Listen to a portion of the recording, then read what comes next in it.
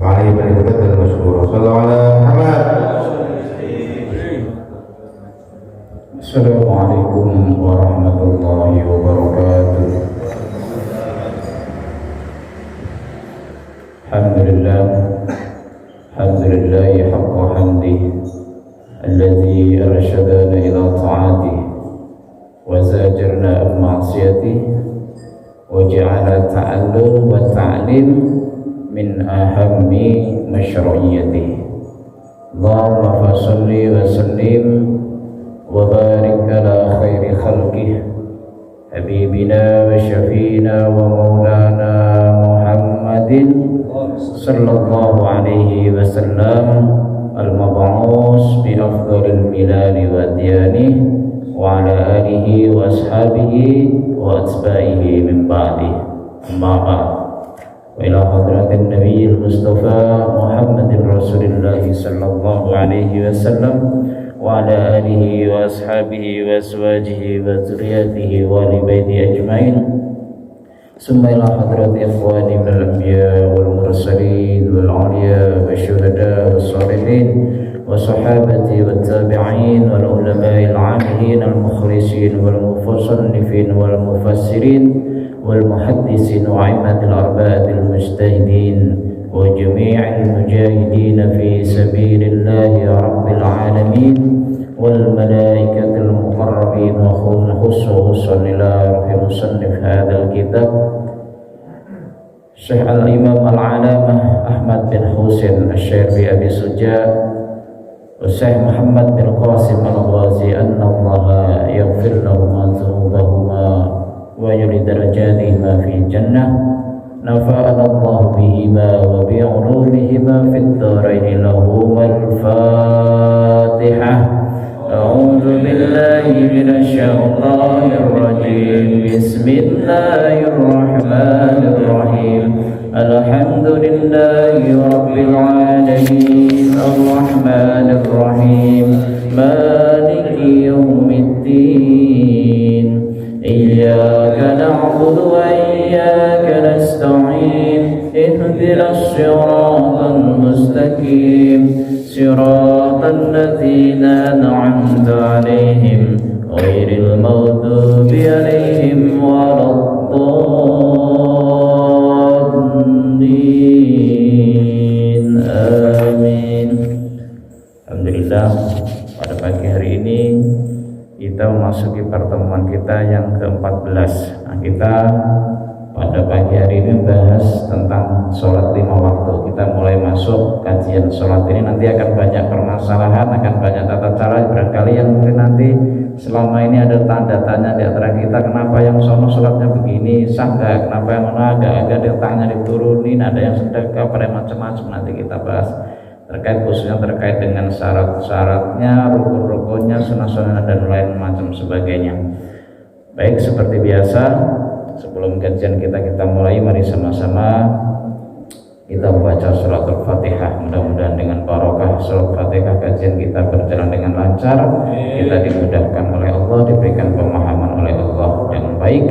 Dan barangkali ada di antara kita yang sedang sakit, mudah-mudahan diangkat penyakitnya oleh Allah Subhanahu wa Ta'ala. Jika ada kita sedang menghadapi masalah kesulitan, diangkat masalahnya, dimudahkan oleh Allah urusan kita. Mudah-mudahan kita semua yang hadir di majelis ini senantiasa diberikan sehat afiat, diberikan umur yang panjang dan barokah, rezeki yang banyak dan berlimpah, diberikan putra-putri yang solehah, dan kapan kita berpulang kepada Allah Subhanahu wa Ta'ala diberikan kematian yang husnul khatimah ala hadiniya wa ila hadratin nabiyil mustafa Muhammadin rasulillah sallallahu alaihi wasallam. Al-Fatihah. A'udzu billahi minasy syaithanir rajim. Bismillahirrahmanirrahim.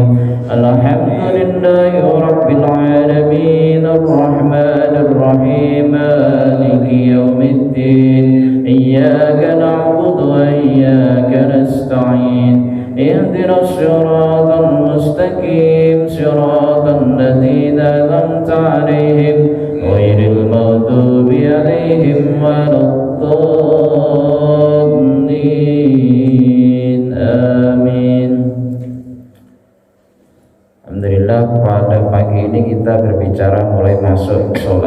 bahwasanya sholat ini adalah rukun Islam yang sangat berbeda dibandingkan dengan rukun Islam yang lain. Kalau rukun Islam yang lain selain sholat, puasa, zakat, haji, itu dalam keadaan kondisi tertentu tuh bisa kita tinggalkan. Sebagai contoh, puasa, kalau kita sedang sakit atau kita sedang dalam keadaan musafir, dalam kondisi tertentu kita boleh meninggalkan puasa. Zakat juga sama, dalam kondisi tertentu pas waktunya zakat tiba ternyata kita misalkan mohon maaf mengalami usaha kita yang turun atau mendapat musibah sehingga kita tidak punya lagi harta yang bisa untuk dizakatkan, maka kewajiban zakat menjadi gugur, menjadi hilang. Zakat boleh tidak kita tunaikan. Apalagi haji ketika kita tidak sehat, apalagi ongkosnya belum ada, nah itu kan bisa kita tinggalkan, ya kan. Tetapi untuk sholatnya beda. Sholat ini beda. Dalam kondisi apapun dan bagaimanapun, sholat itu tidak boleh kita tinggalkan. Kita kasus tidak sehat, tidak mampu mengerjakan sholat dengan berdiri, kita harus tetap sholat. Kita bisa dengan cara duduk. Tidak bisa duduk, nggak mampu duduk, ya kita tetap sholat. Kita bisa dengan cara berbaring. Masih berbaring juga nggak bisa gerak, masih tetap kewajiban sholat itu berlaku. Ya kita bisa mengerjakannya hanya dengan menggunakan isyarat-isyarat.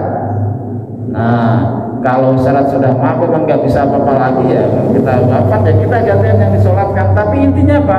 Bahwa kewajiban sholat itu tidak boleh atau tidak bisa ditinggalkan selama kita masih ada roh, masih ada nyawa. Sholat itu tidak boleh ditinggalkan. Inilah yang membedakan sholat dengan kewajiban yang lain. Dalam kondisi tertentu kewajiban lain bisa kita tinggalkan, tapi untuk sholat ini tidak boleh kita tinggalkan. Nah, terlebih lagi sholat inilah ciri khas kita, ciri khas orang Islam. Kalau umat lain ada sholat gak Pak? Ada sholat gak? Kayak mohon maaf umat Nasrani, umat Yahudi ada sholat seperti kita gak? Dalam arti gerakan, ucapan-ucapan tertentu yang dilakukan dengan syarat-syarat tertentu dan memakan waktu dari awal sampai akhir yang bila tidak dipenuhi rukun-rukunnya menjadi tidak sah. Tidak ada Pak. Karena itulah Rasulullah SAW menyatakan bahwa inna bainar rajuli wa bainas syirki wal kufri tarkus shalah, bahwa salat inilah yang membedakan kita dengan orang-orang musyrik, orang-orang kafir. Jadi inilah salat. Al-ahdu alladzi bainana wa bainahum as-shalah. Faman tarakaha faqad kafara. Jadi ikatan yang mengikat antara kita dengan yang lain itu adalah salat ini. Maka barang siapa yang meninggalkan salat faqad kafara, maka dia telah kafir, kata Rasulullah sallallahu alaihi wasallam. Dan sebenarnya salat inilah wujud kasih sayang Allah pada kita, Pak. Salat inilah ibadah yang bisa menghapus dosa-dosa kita. Nah kan dalam hadis Nabi itu kan ada tuh. Jadi salat ini diibaratkan oleh Nabi seperti sungai, Pak. Sungai. Rasul waktu itu bertanya kepada para sahabat, wahai sahabat, kalau di depan rumah kalian itu ada sungai, lalu kalian mandi di sungai itu sehari 5 kali, kira-kira ada kotoran nggak di badan kalian? Mandi sehari 5 kali Pak, kira-kira bersih nggak Pak? Mandinya di sungai lagi Pak, tinggal nyebur terus airnya mengalir, kira-kira bersih nggak Pak? Bersih. Nah itulah yang diumpamakan oleh Rasulullah. Salat itu seperti itu. Salat itu seperti sungai yang jika kita mandi 5 kali, kita salatkan 5 kali Pak ya, sehari semalam minimal 5 kali salat wajib itu. Ya kan, selain itu ditambah sholat-sholat sunnah itu 5 kali kita mandi, apalagi kalau ditambah sholat-sholat sunnah berarti kita mandinya berkali-kali Pak. Maka ketika kita mandi seperti itu minimal 5 kali, masa masih ada kotoran Pak? Kan nggak ada. Itulah yang diumpamakan oleh Rasulullah dalam hadis riwayat Abu Hurairah, ara'aitum law anna naharon bi babi ahadikum yaktasilu min kulli yawmin 5 marat, kata Rasulullah. Bagaimana pendapatmu seandainya di depan rumahmu itu bibabi ahadikum itu ada sungai yang kalian mandi di situ 5 kali sehari, kira-kira ada kotoran lagi nggak di badanmu? Para sahabat kami itu menjawab, la yaqwa min darani syai' ya Rasulullah, nggak ada lagi ya Rasul. Bersih, pasti tidak bersih. mandi sehari 5 kali kok pasti bersih, kata sahabat. Ya Rasulullah kemudian menukas menimpali, fazalika masalus shalawatil khamsi, maka seperti itulah salat 5 waktu yang khullahu bihinnal khotoya, maka salat itulah yang akan membersihkan dosa-dosa kalian seperti kalian mandi di sungai tadi 5 kali. Kita sehari salat 5 kali, maka seperti itulah keadaan kita. Maka mudah-mudahan maka dalam salat ya sebaiknya kita mengerjakannya dengan bagus, dengan khusyuk, dengan tadarruk, dengan segenap kehadiran hati, biar salat kita itu diterima oleh Allah Subhanahu wa taala. Sebagai pengantar, karena kata Rasulullah itu, inna ahadakum idza qama yusalli innama yunaji rabbah falyanzur kaifa yunaji, kata Rasulullah. Jika kalian sedang mengerjakan salat itu sebenarnya kalian itu sedang berbisik, sedang bercengkrama, sedang ngobrol, sedang bermunajah dengan Allah. Falyanzur kaifa yunaji, maka ya kita lihat diri kita sendiri masing-masing, salat kita bagaimana, karena itulah wujud munajah kita. Salat kita cepet banget kayak ayam mantap makanan, nggak ada tamarinanya, nggak ada apa-apa. Ya seperti lah, masa kita ngobrol sama Tuhan secepat kilat seperti itu, maka itulah gambaran salat kita. Makanya itu yang terpenting, karena salat inilah yang menjadi pokok dari urusan agama kita. Kalau yang ibadah yang lain kita tinggalkan karena keadaan tertentu, atau barangkali kita tinggalkan belum bisa puasa, belum bisa zakat, belum bisa haji, tapi orang tetap kita masih dipandang sebagai orang Islam selama kita masih sholat. Kelihatan, oh itu orang itu masih sholat, oh berarti orang Islam. Nah itulah tandanya, makanya sholat itu disebut sebagai imaduddin, tiang agama, karena itulah kelihatan dari tadi ciri pokok orang Islam, yaitu sholatnya. Baik, kita masuk ke dalam kajian kita tentang sholat. Ini pengantarnya agak banyak, sholat soalnya, apalagi nanti ada berbagai macam. Bismillahirrahmanirrahim. Kitabu ahkamis sholat, ay hadza kitabu ahkamis sholat. Kita membicarakan tentang hukum-hukum sholat. Yang pertama, pengenalan dulu tentang sholat 5 waktu. Wahia, dan adapun sholat lughatan secara bahasa, ad-du'a itu berarti doa. Jadi kalau secara bahasa sholat artinya doa. Kita mengerjakan sholat itu apa sih? Secara bahasa berarti doa, puasa. Sallallahu ala Muhammad. Kita mendoakan itu, ya Allah limpahkan salam. Kalau kita mendoakan ke Nabi sallallahu alaihi wasallam, berarti itu kita mendoakan kepada Rasulullah sallallahu alaihi wasallam. As-shalah lughatan wa hiya ad-du'a. Wa syar'an, dan secara syara, secara pengertian syara, hukum Islam apa sih yang dinamakan salat itu sebagaimana dikatakan oleh Imam Rafi'i, kama qala Imam Rafi'i, salat itu adalah aqwalun, ucapan-ucapan, wa af'alun, dan perbuatan-perbuatan, muftatahatun, yang dimulai bitakbiri dengan takbir, muhtatamatun, dan diakhiri bitaslimi dengan taslim, dengan salam, bisyaraito, dengan beberapa syarat, makhsusatin, yang dikhususkan. Jadi sholat itu ya perbuatan dan ucapan-ucapan yang dimulai dengan takbir dan diakhiri dengan salam, dengan syarat-syarat khusus. Jadi sudah jelas definisi sholat itu seperti itu, ucapan-ucapan, perbuatan-perbuatan yang dimulai dengan takbir dan diakhiri dengan salam. Nah itu yang dinamakan sholat.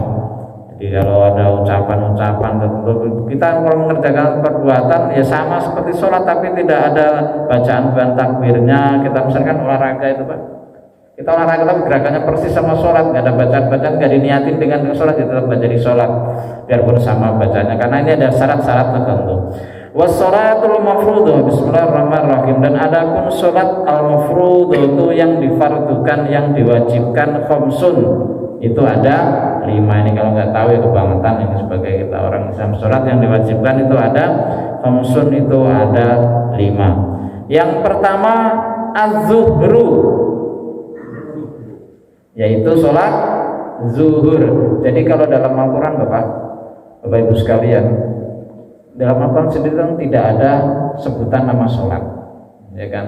Di Al-Quran tuh Bapak cari-cari dari awal sampai akhir tuh Bapak gak akan nemuin namanya sebutan sholat zuhur, sholat asar, sholat maghrib, sholat isya, sholat subuh, itu gak ada pada Al-Quran, gak disebutkan dalam Al-Quran. Yang ada dalam Al-Quran itu aqimus sholat wa atus zakah faqimus sholata inna sholata kanat 'alal mu'minina kitaban mawquta. Dan itu tidak disebutkan ada sholat zuhur, ada maghrib, sholat isya, sholat subuh, itu enggak ada.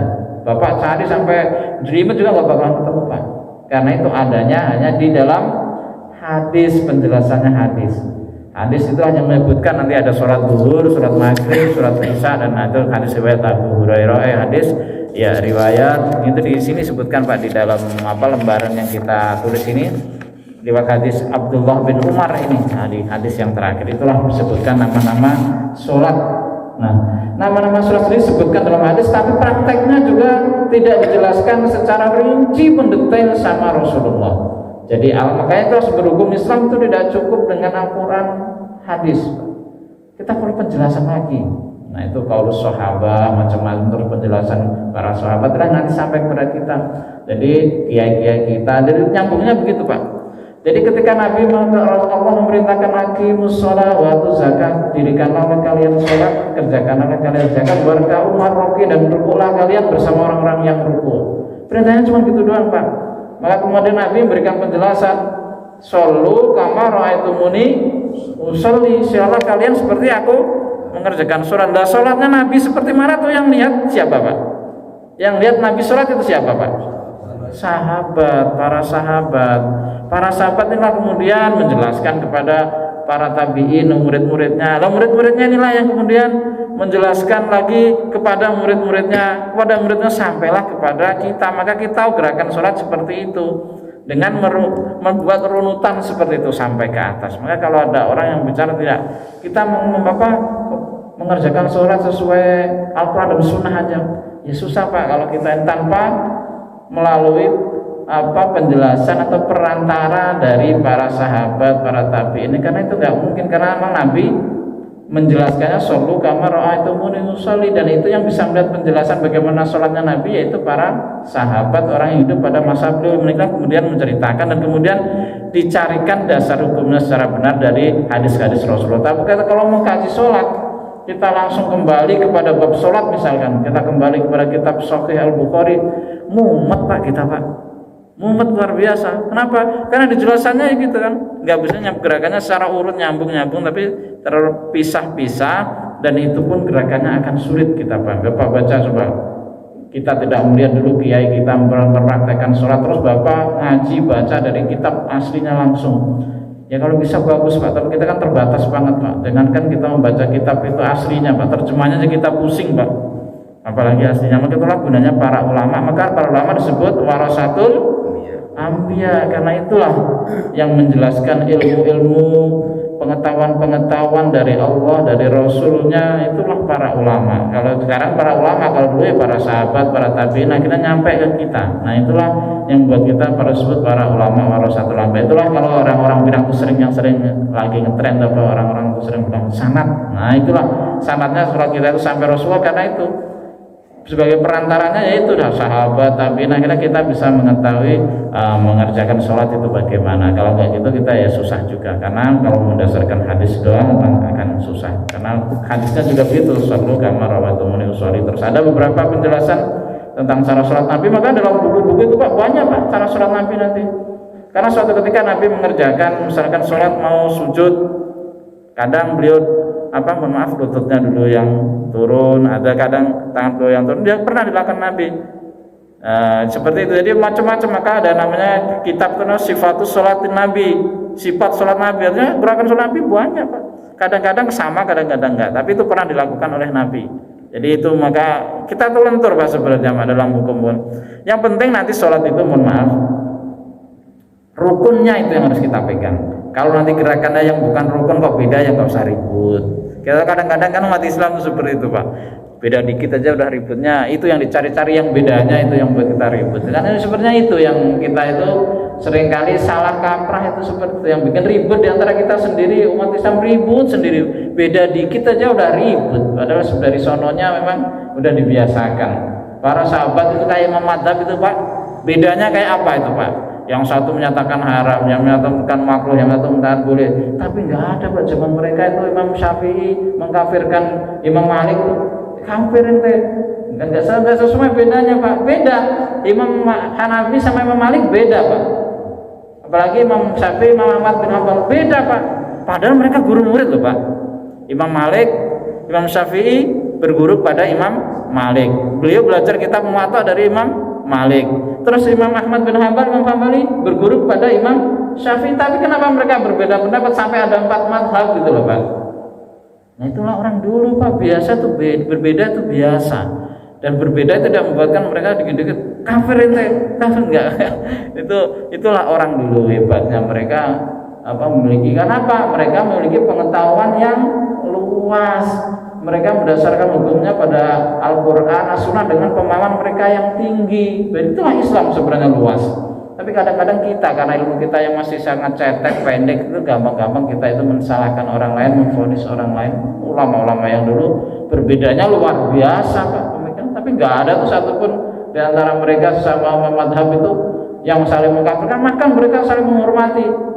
Ketika Imam Syafi'i berkunjung kepada Imam Malik, kunut tidak sama pimpinan, dihormati Pak. Karena Imam Syafi'i berkunjung ke Imam Malik nggak pakai kunut, dia nggak pakai kunut. Sebaliknya pun begitu. Jadi udah biasa itu memberikan penghormatan. Itu madhab itulah contoh yang paling real Pak. Perbedaan yang tajam, perbedaan yang luar biasa, tapi nggak sampai mengkafirkan. Nah itu makanya fikih ini sebenarnya enaknya gitu Pak, mengajari kita berpikir untuk bisa menerima perbedaan. Nah itu enaknya di situ, berpikir luas. Baik, kita masuk lagi Pak ke kajian. Tadi mana tadi? Nah, az-zuhru yaitu salat zuhur, salatuhu ay salat zuhur. Qala Nawawi sumiyat bidzalika li'annaha zahiratun wa satanar. Kenapa dinamakan salat zuhur? Karena salat zuhur itu jelas-jelas tandanya jelas, gampang diingat, dilakukan pada waktu wasatun nahar. Disebut salat zuhur karena dilaksanakan zahiratun wasatan nahar. Bahasanya di bahasa Arab zahiratun wasatan nahar, dilakukan tepat pada siang hari. Maka orang dulu nyebut sholat zuhur itu banyak sebutannya Pak. Ada sholat luhur. Apa? Karena matahari pas luhur di atas kita persis, kepala kita persis. Makanya sebutannya kalau orang dulu sholat zuhur itu kan apa? Sholat luhur, lohor, ya kan? Kalau tergantung daerahnya mana, ada nyebut luhur, ada nyebut lohor. Ya karena itu tepat matahari di atas kita. Zahiratun wasyatun nahar. Jadi zuhurun, kata-kata zuhur sama zahiroh sama. Dari kata-kata jelas-jelas di atas kepala kita, jelas-jelas dilakukan di tengah malam, menjadi tengah siang, tengah hari, tepat tengah hari, wasyatun nahar. Maka disebutnya zahiratun, tanda khusus disebut wasirah sholat sumiyat az-zuhru li'annaha zahiratun wasyatun nahar, disebut sholat zuhur. Wa awal waqtiya, dan adapun awal waktunya sholat zuhur, zawalus syamsi, itu mulai dari bergesernya matahari atau tergelincirnya matahari. Jadi kalau sholat zuhur itu nggak boleh pas tepat matahari di atas kepala kita persis Pak, bayangan kita hilang sama sekali, itu nggak boleh Pak. Jadi kalau matahari, puncaknya matahari itu pas tinggi-tingginya matahari, justru bayangan kita itu nggak ada Pak. Coba Bapak keluar, pas matahari tepat di atas kepala kita, itu pasti bayangan Bapak nggak ada, bayangan Ustaz Akbar.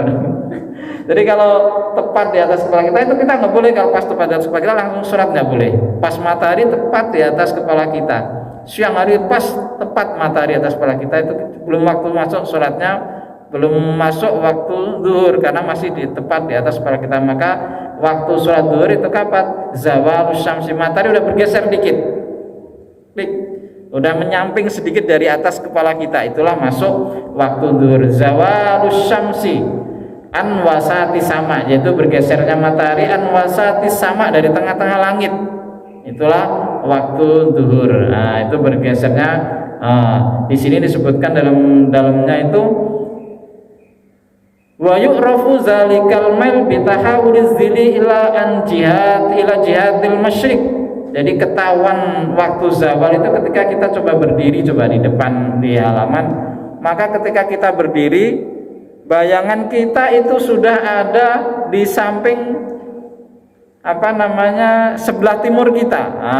Kalau matahari tepat di atas kepala kita, bayangan kita kan nggak ada. Tapi kalau tanda zawal berarti matahari udah bergeser, kan arahnya berarti tengah hari lewat sedikit, kan berarti matahari arahnya ke barat, udah condong ke arah barat. Maka pasti bayangan kita mulai kelihatan sedikit, biarpun sedikit, itu sudah ada di sebelah kanan, di sebelah kiri kita atau sebelah timur kita. Nah itu pasti, itu namanya waktu. Kalau seandainya ini kan patokannya seandainya tidak ada jam Pak, zaman dahulu gitu, kita misalkan pergi ke tengah padang pasir, ini udah waktu zuhur belum sih? Ya kalau kita mas sekarang gampang apa ada semua, tinggal jam aja udah ada bisa teriak azan kan. Zaman sekarang kita luar biasa, zaman sekarang tuh teknologi memudahkan kita dalam bahkan termasuk dalam sholat. Tapi kalau kita misalkan di tengah padang pasir, di tengah alam luas yang kita tidak punya jam, kita terdampar di sana, tidak bawa jam, nggak bawa macam-macam, menentukan waktu sholat itu seperti apa? Ya gitu tadi, waktu duhur tengah hari ya gampang, kita tinggal berdiri. Kalau nggak ada bayangan berarti belum masuk waktu sholatnya. Ada bayangan di samping kita pun sedikit, oh berarti udah masuk waktu zuhur. Itulah tanda-tanda alam yang diberikan oleh Allah, patokan matahari, bulan itulah yang diberikan oleh Allah, alam itulah yang diberikan oleh Allah. Jadi asyamsu wal qamaru ayatani min ayatillah, kata Allah kan, bahwa matahari, bulan itulah tanda-tanda ayat yang diberikan oleh Allah.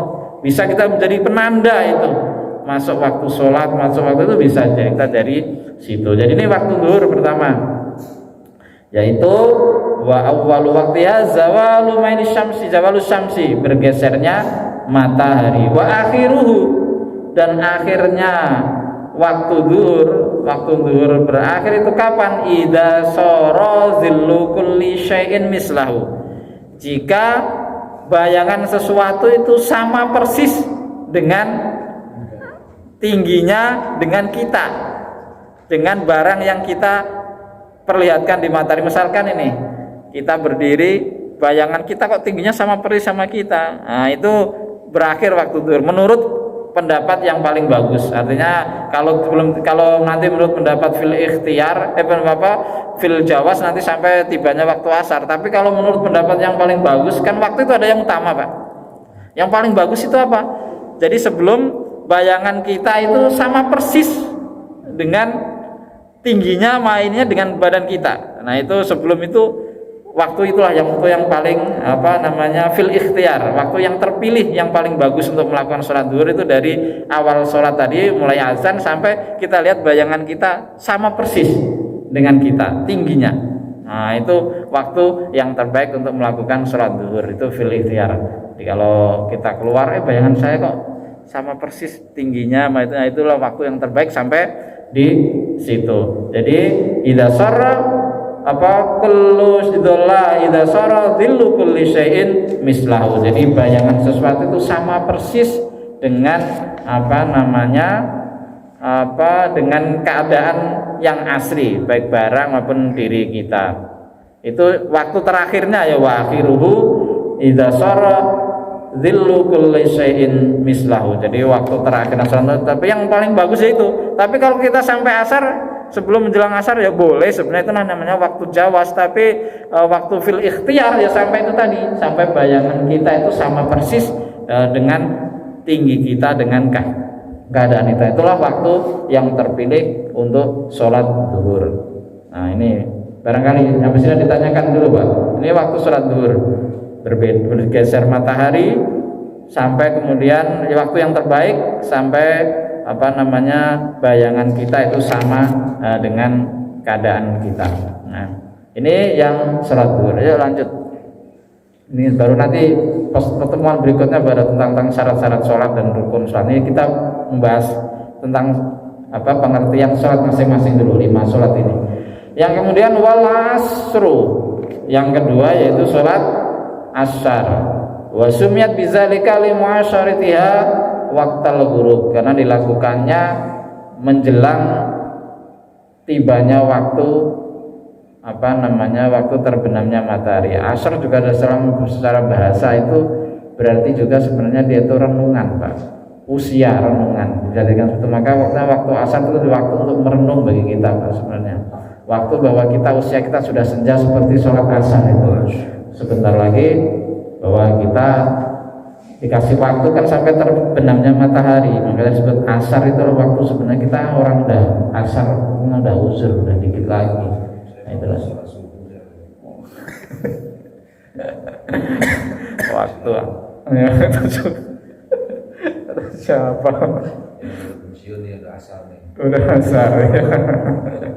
Nih Ustaz kata Ustaz Ali Akbar udah asar nih. Nah, itulah waktu asar. Makanya waktu asar itu sampai dijadikan pengingat oleh Allah dengan wal asri. Ada surat namanya surat al asr. Asar. Dari waktunya udah mau maghrib kita semua manusia itu diumpamakan oleh Allah, biarpun masih kecil, masih muda, itu sudah sebenarnya udah mendekati waktu maghrib Pak. Karena umur itu nggak ada yang tahu Pak, masih kecil diambil oleh Allah. Maka biarpun kecil sebenarnya sebutannya tetap oleh dalam pandangan Allah itu al-asr, karena umur nggak ada yang tahu ya. Yang muda, yang kuat fisiknya ya tahu-tahu meninggal. Cara-cara meninggal kan nggak tahu. Siapa yang pernah nyangka Joshua meninggalnya seperti itu kan Pak ya? Joshua yang lagi itu kan, namanya nggak ada yang tahu kalau dia ternyata meninggalnya muda Pak. Nah itulah berarti biarpun masih muda tetap Joshua itu terus memandangnya al-asr waktu itu. Jadi udah mendekati waktu maghrib, asar waktu maghrib. Semua orang nggak tahu Pak, yang sehat buker-buker aja tahu-tahu sore nggak ada. Ya dengan cara-cara yang apa, dengan wasilah-wasilah yang jelas. Orang kelilipan aja kalau emang udah disegel aja Pak, dicium aja kalau udah waktunya meninggal ya meninggal Pak, dicium bes ya. Kurang bagus mati kelilipan. Kelilipan ya kan, kalau sababiyahnya seperti itu ya bisa aja, karena itulah namanya kita dikasih iktibar oleh Allah dengan surat Al-Asr, bahwa biarpun masih muda, masih ini namanya tetap Al-Asr. Kapan waktu asar itu mulainya Pak? Wa awwalu waqtiha, dan adapun awal atau mulai waktu salat asar itu apa? Az-ziyadah ala dzillil misri, yaitu udah ada penambahan dari panjangnya bayangan itu. Dzillil misri, ada ziyadah penambahan. Jadi tadi kalau waktu salat zuhur, waktu yang terbaik itu dari mulai zawalus syams, bergesernya matahari, sampai kepada bayangan kita sama persis dengan tinggi kita. Nah kalau waktu asar itu bayangan kita udah ada penambahan dari tinggi kita. Bayangan kita kan semakin mau maghrib kan semakin panjang Pak. Nah itu, jadi zilul misri azyada, ada tambahan ala zilul misri di atas bayangan yang sepadan. Jadi udah ada yang tadi bayangan sama, ada penambahan dikit. Nah itu sudah mulai masuk waktu asar. Jadi itu awal waktiha azyada ala zilul misri, terhadap penambahan apa panjangnya badan kita. Wa akhiru, dan akhirnya kapan Pak? Akhir waktu fil ikhtiyari, dalam waktu yang paling baik, dalam pendapat yang paling terpilih itu terakhirnya kapan? Ila zilil mislaini, sampai kepada bayangan itu menjadi mislaini, 2 kali lipat dari badan kita. Ini yang waktu yang paling baik Pak, sampai bayangan kita itu 2 kali tinggi kita. Nah kalau tinggi kita 150 berarti bayangan kita 300. Nah itu terakhir waktu sholat asar yang paling bagus. Tapi kalau ya sekedar boleh ya sampai waktu maghrib, menjelang maghrib itu masih masuk waktu asar, asal kita belum waktu masuk maghrib tuh kita masih bisa mengerjakan sholat asar. Bahkan kita Allahu Akbar dalam hadis dapat 1 rakaat, kemudian maghrib sudah masuk, kita sudah termasuk dapat waktu asar kepepet. Misalkan Ustaz banyak pelanggan sampai lupa, ya mudah-mudahan jangan sampai. Awal aja nama sholat. Oh iya. Tapi kali banyak pelanggan udah mau asar udah lanjut aja terus mau maghrib, sampai waktu mau maghrib tiba sholat lagi Allah saking repotnya baru dapat 1 rakaat, udah maghrib. Tapi itu kalau dalam hadis sudah dapat mana asroka ya rakaatan minal asri fakat adrakat, itu dapat. Cuman itu nggak waktu yang bagus sudah nggak masuk waktu ikhtiar, nggak masuk waktu terpilih, udah masuk waktu jawas, itu waktu yang nggak ya sekedar boleh tapi nggak bagus Kalau sehitung-hitungan pahala dikit pahala itu, dikit pahala, hampir dosa malah itu. Kelihatan malah kan ada waktu takrim yang benar-benar udah nggak muat sholat itu, tinggal baru mau takbir doang udah habis. Nah takbir doang udah habis, nah itu udah waktu takrim, nggak boleh. Nah itu waktu jawas ini waktu yang terbaik ini seperti itu, waktu asar, sampai bayangan kita itu menjadi 2 kali lipat dari tinggi kita, badan kita. Nah ini waktu yang terbaik, waktu yang terpilih fil ikhtiar.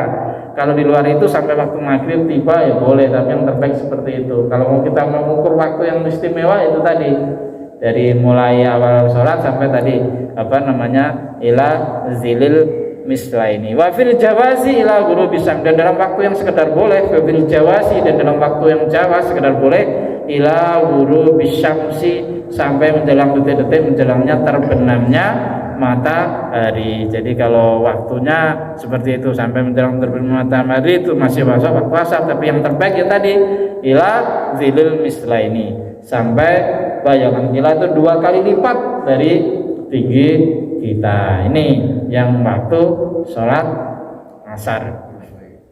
Waktu terbaik fil ikhtiar, waktu yang terpilih yang paling bagus. Nah, dari sholat asar. Kalau sekedar boleh tadi sampai terbenamnya matahari. Terus selanjutnya yang ketiga wal maghribu. Sholat maghrib. Ai sholatuha artinya sholat maghrib. Wa sumiyat bizalika li fi'liha waqtal ghurub. Mengapa dinamakan maghrib? Karena mengerjakannya tepat pada saat matahari terbenam. Jadi kalau bahasa Arab maghrib dengan ghurub itu satu kata. Hurufnya ghin, ra, ba, ada tambahan waw karena bentuknya masdar, itu asal katanya sama maghrib itu sama. Makanya kalau orang tapi saya kayak orang kita, jadi orang Arab itu memberikan penyebutan Rasulullah, bahkan agama itu seperti itu, gampang juga memberikan penyebutan biar gampang diingat oleh umatnya, itu seperti itu. Maka orang-orang lama zaman dulu kalau memberikan penyebutan nama itu juga yang gampang diingat. Ini istilah-istilah sholat ini kan sesuai yang gampang diingat oleh orang Arab, Pak. Sholat menjelang subuh, waktu pagi disebut sholat subuh. Subuh artinya bahasa Arabnya apa? Sobah, pagi. Maghrib, petang. Pas matahari tenggelam orang Arab nyebutnya maghrib, ghurub, maka disebut sholat maghrib. Sholat isya, asa, bahasa isya itu apa artinya? Malam, makan malam. Waktunya makan malam, isya. Disebut sholat isya.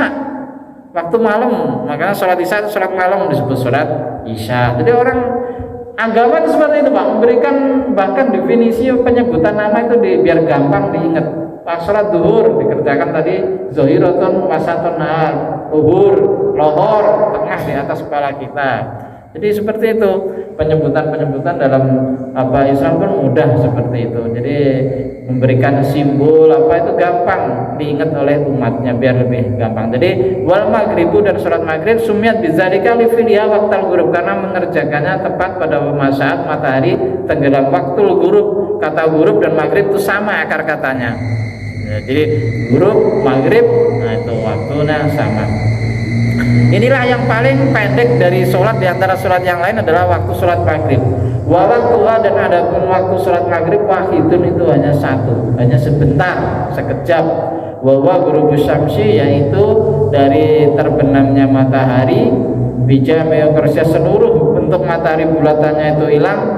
Wa bimiqdari ma, dan dalam perkiraan waktu yu'azinu, yang melakukan azan siapa asyakhsu seseorang, wa yatawaddu, dan melakukan wudu siapa asyakhs, wa yasturu, dan menutupi aurat siapa asyakhs, wa yasturu, dan menutupi siapa asal aurat terhadap aurat, wa yuqimu, dan melakukan sholat siapa asyakhs, wa yusalli khamsa rakaat. Inilah gambaran waktu maghrib seperti itu, digambarkan dalam kitab ini. Pendeknya ukuran waktu maghrib itu seperti apa? Dimulai dari terbenamnya matahari, kemudian kita menutup aurat, terus mengerjakan sholat itu sendiri, kemudian ditambah sholat 5 rakaat. Itu gambaran waktu maghrib, cuma seperti itu. Jadi mulai dari waktu tenggelam tadi, kemudian kita menutup aurat, kemudian kita mendirikan sholat itu sendiri 3 rakaat, kemudian ditambah mengerjakan sholat 5 rakaat. Itu sebenarnya waktu maghrib, hanya sebenarnya sekedarnya itu. Makanya pendek sekali waktu maghrib itu.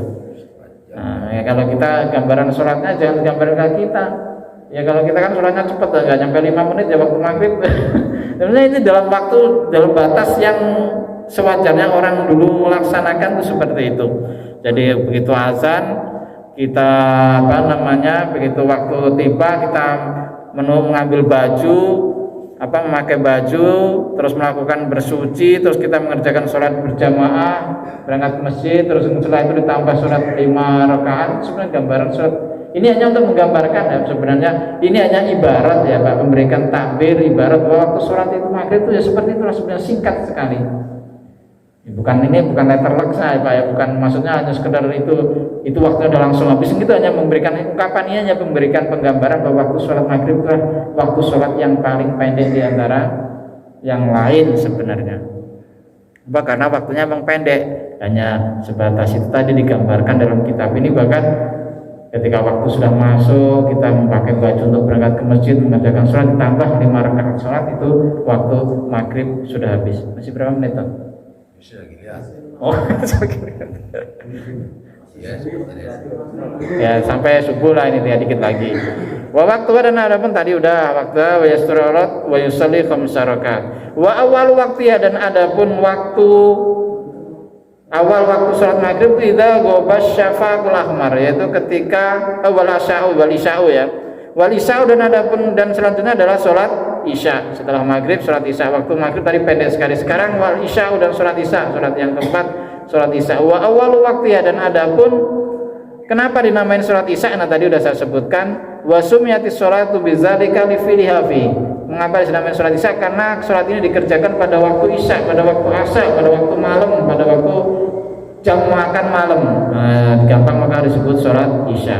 Wa awal waktu dan adapun permulaan waktunya salat isya itu idza ghabas syafaqul ahmar. Jadi ketika sudah hilang asyafaqul ahmar, mega yang berwarna merah. Jadi kalau matahari tenggelam waktu maghrib tiba itu kan nanti ada, kalau Bapak lihat di langit pasti warna langit itu masih ada merah-merahnya, tanda matahari tenggelam. Jadi kalau patokan kita alam itu kalau waktu maghrib tiba itu kan ada di langit itu terbenamnya matahari itu kan dibarengi dengan, kan kalau suatu matahari baru tenggelam di langit masih ada cahaya merah. Maka bahkan ketika sholat maghrib selesai kadang-kadang cahaya merah itu masih terang. Itu di zaman Rasul juga udah biasa. Jadi para sahabat beritakan pernah suatu ketika itu selesai maghrib tapi kan masih terang, cahaya merahnya masih ada. Itu nggak apa-apa seperti itu. Kadang fenomena seperti pada zaman Nabi pernah terjadi seperti itu. Para sahabat mengadu ke Nabi, ya Nabi, ya emang seperti itu maghrib. Jadi kalau waktu maghrib itu pasti kalau Bapak suasana langitnya nggak mendung itu pasti ada cahaya. Masa warnanya langit itu masih merah karena sebagai tanda matahari baru saja tenggelam. Nah, waktu isya itu kalau kita tidak punya jam di alam bebas, kita lihat di langit sudah nggak ada lagi merah-merah seperti itu. Nah, itu mulai masuk waktu isya. Nah, itu kalau maghrib sampai waktu isya tiba itu di langit pasti masih ada tuh merah. Namanya kalau dalam lagu apa, lembayung senja. Nah, itu. Oh. Jadi ada itu syafaqul ahmar itu seperti itu. Jadi memang sampai tibanya waktu isya itu masih ada cahaya merah. Ketika waktu isya masuk ditentukan oleh sudah hilangnya asyafaqul ahmar itu, tanda apa mega yang merah itu. Wa akhiru dan adapun akhirnya waktu isya fil ikhtiyari dalam pendapat yang paling bagus, yang waktu yang terpilih tadi yang paling bagus ila sulusul lail, sampai kepada sepertiga malam. Jadi bagusnya yang paling utama sampai sepertiga malam. Sepertiga malam. Jadi kalau kita kan kalau kadang yang paling bagus itu ya Pak ya sampai sepertiga malam ya. Yang paling bagus itu. Jadi kalau malam itu ya berarti ya jangan sampai jam 12 ya. Jadi sepertiga sampai jam 12. Ya boleh, ini waktu yang terbaik ya. Maksudnya jangan sampai jam 12. Ini kan waktu yang terbaik loh. Jangan sampai jam 12. Jadi kalau asar sesuai isya sesuai namanya kan bagusnya malam-malam tapi nggak malam banget. Nah itu namanya waktu isya. Waktu yang terbaik itu jangan sampai jam, ya boleh bahkan sampai sebelum subuh kalau kita ini, ya itu namanya waktu jawas. Sampai sebelum subuh persis kita baru isya karena ketiduran, bangunnya udah jam 4 sebelum subuh kan itu udah hampir lagi subuh dikit. Ya masih waktu isya tapi itu waktu jawas. Tapi kalau waktu yang terbaik yaitu ila sulusul lail sampai sepertiga malam. Nah itu yang waktu yang terbaik. Wa fil jawasi ila tulu'il fajri sani, dan di dalam waktu yang sekedar boleh jawas, kebolehan waktu yang boleh untuk mengerjakan itu ila tulu'il fajri sani, sampai terbitnya fajar yang kedua. Fajar yang kedua itu apa? Fajar sodik. Jadi kalau kita melihat langit itu Pak, namanya fajar apa? Langit itu bisa kalau kita keluar malam Pak. Kalau belum fajar langit itu gelap, hitam. Kalau Ustadz keluar tuh malam-malam langit dalam, kalau belum fajar itu kan hitam. Tapi kalau sudah masuk fajar, langit itu menjadi biru, agak terang biru. Nah itulah bedanya waktu fajar. Kalau fajar yang sodik, kalau fajar kadzib itu sebelum jam subuh itu jam 2, 3 itu nanti dia akan terang sebentar tapi kemudian hilang lagi. Itulah namanya dalam bahasa puasa itu namanya disebut fajar kadzib. Makanya disebut ada dua fajar, fajar sodik sama fajar kadhib. Ketika fajar shadiq inilah waktu penentuan mulai kita imsak untuk berpuasa. Waktu subuh juga itu namanya fajar shadiq, karena nanti langit akan 2 kali berwarna terang, agak terang, biru terang. Jam 2-an, jam 3-an itu udah mulai segitu. Itu namanya fajar kadhib, bukan fajar asli, tapi ada kalau dalam bahasa kitab itu ad-do al-mustatil. Terang sebentar memanjang tapi kemudian hilang. Nah, itu fajar kadhib. Nah, ini waktu sholat Isya itu sampai ila fajrisani, jadi sampai fajar shadiq. Tapi ya kalau yang utama jangan sampai ini, kalau fajar shadiq udah harus mendekati waktu subuh, bangetan banget itu. Jadi kita maka waktu sholat Isya kan panjang.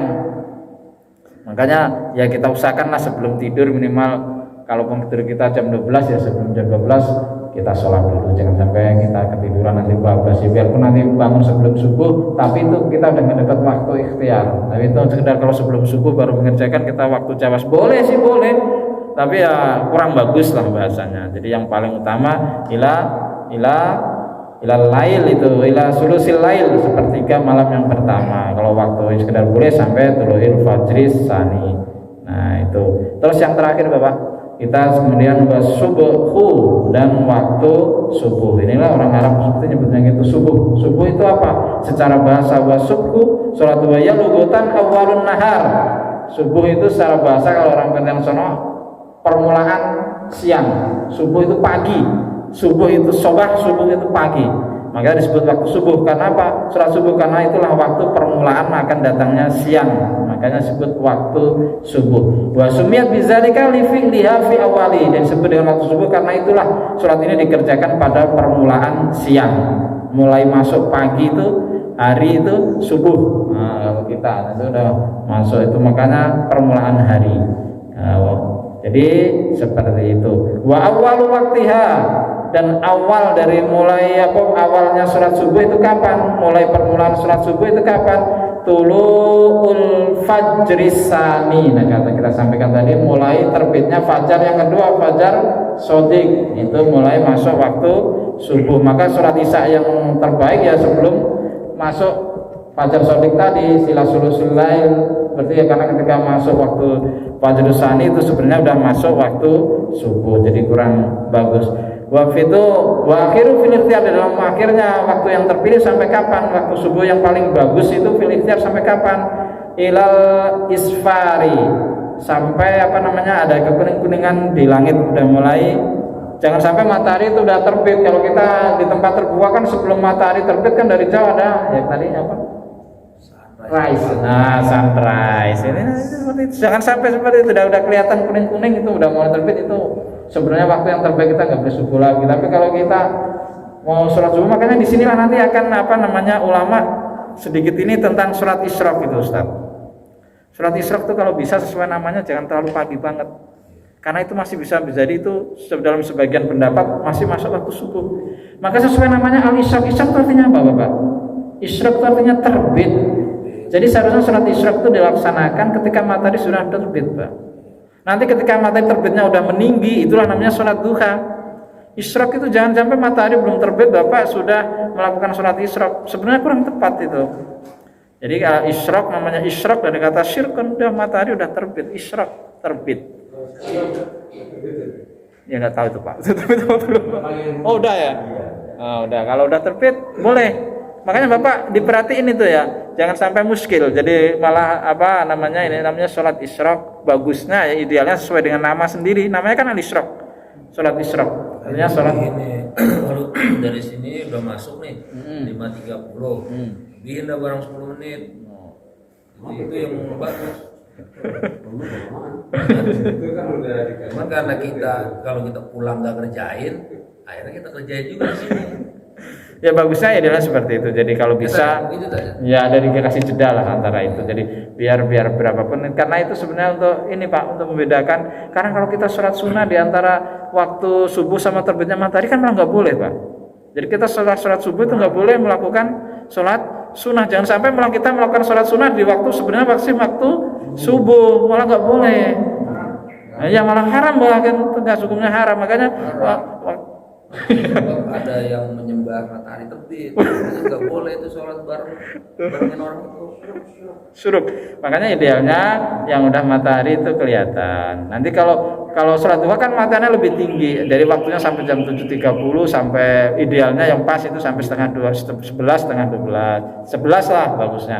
Jadi waktunya itu isyraq sama duha dibedakannya seperti itu. Kadang waktu matahari terbitnya dan naik sepenggalah setelah satu tombak, kalau orang zaman dulu bilang, bahasa orang dulu, sejengkal satu tombak itulah waktu duha. Kalau isyraq memang matahari pas terbit itu sholat sunnah isyraq, idealnya seperti itu.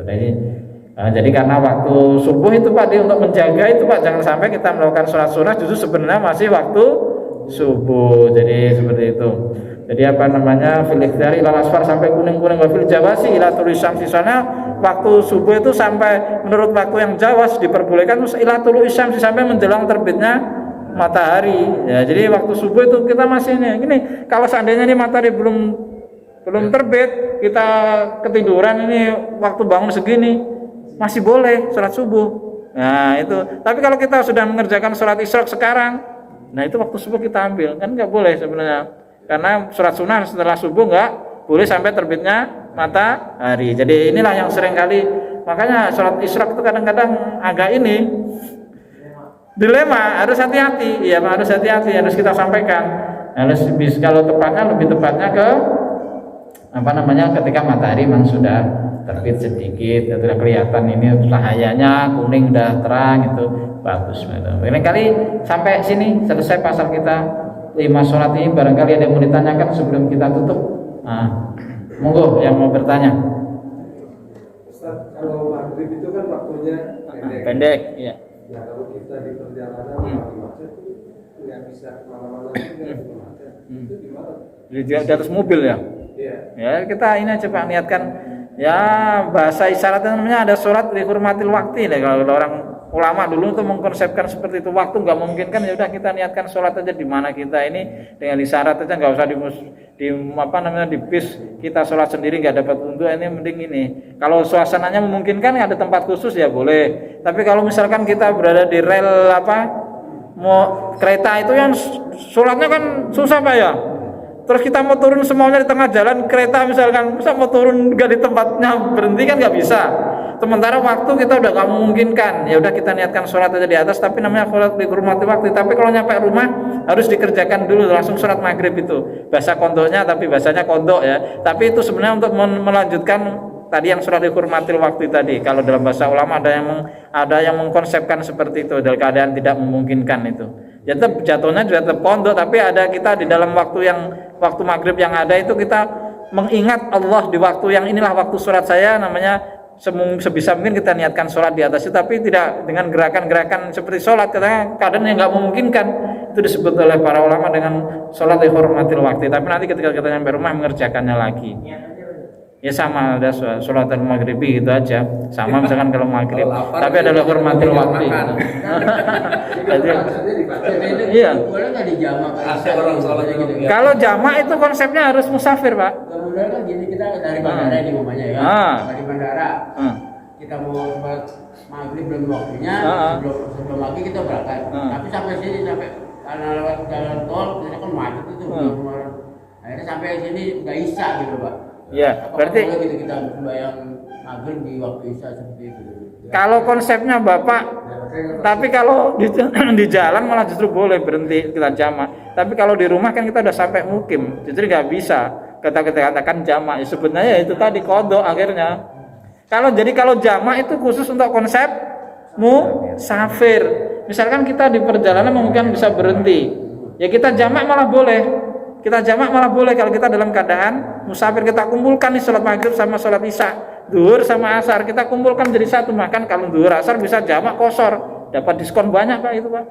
Ya, maksudnya kita jamaknya gitu nggak pakai kosor, nggak diringkas. Gitu. Kalau kita udah dalam nggak posisi musafir, bahasanya nggak jamak lagi Pak. Ya kita berarti kita ngerjain sholat isya tapi itu udah kodok. Ya udah kita kerjain aja maghrib tapi bahasanya kodok. Sebagai bahasa kota. Gitu, jadi bisa gitu boleh ya? Boleh, jadi bahasa kota. Bahkan bagusnya gitu, kota itu sesuai dengan kita yang ketinggalkan sholat apa nih?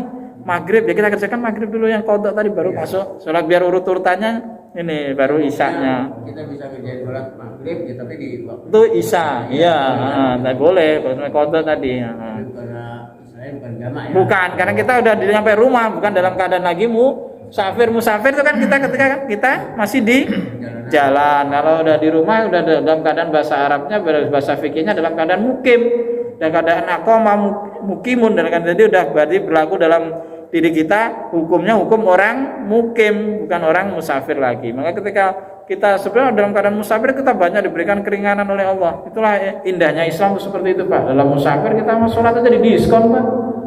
Sholat maghrib, sholat duhur, asar artinya 8, kita kumpulin jadi 1, kita kerjain cuma 22, Pak. Diskon 50%, Pak. Nah, itu hebatnya kan. Ya kata itulah agama kita itu sebenarnya tidak musyalaisa wa ma ja'ala 'alaikum fid dini min haraj. Allah tidak menjadikan dalam agama itu sebenarnya hal-hal yang menyusahkan, itu enggak ada. Semuanya ada tergantung keadaan kita, Pak. Selalu ada keringanan, ada rukhsah yang diberikan oleh Allah Subhanahu wa taala. Itu, Pak, barangkali ada yang bertanyakan lagi, Pak. Cukup, Pak, ya? Kalau yang di perjalanan tadi kita baca sholat ya. Ya kalau hormatil waktu kita niatkan sholat, tapi ya nggak mungkin 100% itu ya, Pak, ya, karena keadaan itu. Tapi kita niatkan aja kayak orang sholat, baca dalam hati, kita sambil baca ini, sambil kalau kita pada bengong kan mending gitu, kita untuk zikir itu kan, ingat Allah, kita bacakan itu macam-macam, tapi ya dalam hati. Jangan kita hormati waktu di kereta bacanya kencang-kencang, yang nggak ini, kita sama orang tadi kira gimana kan namanya, ya kita niatkan aja dalam hati, nanti sampai rumah, karena kita emang waktunya di situ nggak bisa menghindar. Ada tempatnya ya, Tad? Ada stasiun-stasiun bisa berhenti dulu kan, kasusnya kalau iya, tapi kalau jarak ya itu yang bisa dihati seperti itu kalau jaraknya pendek, jaraknya. Tapi kalau misalkan ke Jawa kan kadang stasiunnya khusus tuh. Tapi kan kalau kereta itu saya sih nggak pernah naik kereta ya. Ada waktu istirahat kayak bis nggak, Pak, kereta itu, Pak? Kalau turun misalkan kita mau ke Surabaya, stasiun misalkan stasiun Brebes atau stasiun Tegal, kita berhenti, itu ada waktu istirahatnya nggak, Pak? Kalau kereta, Pak? Iya kan nggak ada kan, makanya kalau sekedar jarak jauh ya begitu tuh solusinya kan. Ya, kalau bis kan kita bisa berhenti 20 menit, 30 menit sampai ini untuk makan dulu, untuk sholat dulu. Nah kalau kereta kan nggak ada, Pak, ya. Nah itulah. Ya kan, apalagi. Ya. Kalau keretanya kelas eksekutif kan malah enak, longgar. Jadi kita bisa sholat ke arah mana aja, tapi kita niatkan itu malah enak. Kalau memang ada waktunya bisa sambil tayamum, bisa ini enak. Tapi kalau kan kereta yang ekonomi yang ya kalau sekarang sih kereta alhamdulillah ya nggak kayak zaman dulu. Kita bayangin zaman dulu kita sekolah itu sampai di atap-atap itu kan kalau orang naik kereta itu kan seperti itu kan nggak mungkin kan, sampai waduh bergelantungan di ini. Masya Allah, korban juga banyak, ada yang nggak ngeh. Pembatas itu kan dulu jatuh pada dari situ, ada zaman dulu. Maka kita ya Allah kalau ingat kereta itu udah saat transportasi banget. Sekarang mah alhamdulillah ada. Sekarang di kereta ini ada semacam musola dekat dengan restorasi. Nah itu bisa kalau dimanfaatkan seperti itu kan bagus. Jadi itu salah satu solusi, Bapak, ya. Iya, itu sekarang udah diperhatikan ya. Sama penyedia transportasi kalau gitu kan bagus. Jadi ada tempat-tempat khusus, ada ini ya bagus, kita manfaatkan itu. Itu seandainya nggak ada yang kita sampaikan tadi. Kalau nggak ada kan seperti itu, dalam keadaan yang darurat gimana itu? Seperti itu nanti. Ya. Ada lagi, Pak? Cukup? Udah. Ya. Oh iya. Baik, kita cukup ya, Pak, ya. Kita cukupkan sekian. Kita tutup dengan doa akhir majelis. Mohon maaf kalau ada kata-kata yang kurang berkenan, ada kekurangan. Subhanallahumma wa bihamdika asyhadu an la ilaha illa anta astaghfiruka wa atubu ilaik. Wallahu muwaffiq ila aqwamit thoriq. Wassalamualaikum warahmatullahi wabarakatuh. Terima kasih kepada Ustaz Saifuddin Sudah Sage yang mendapatkan kajian kita Maghrib. Sebagai pengingat, nanti pada sholat Maghrib kita ada pengajian tafsir, insyaallah akan dibantu oleh Ustaz Dr. Kasono. Dari kemudian sekian, Assalamualaikum warahmatullahi wabarakatuh. Nah, ini boleh sholat suruk nih, kalau lebih 10 menit. Hah? 10 menit udah terjadi. Apa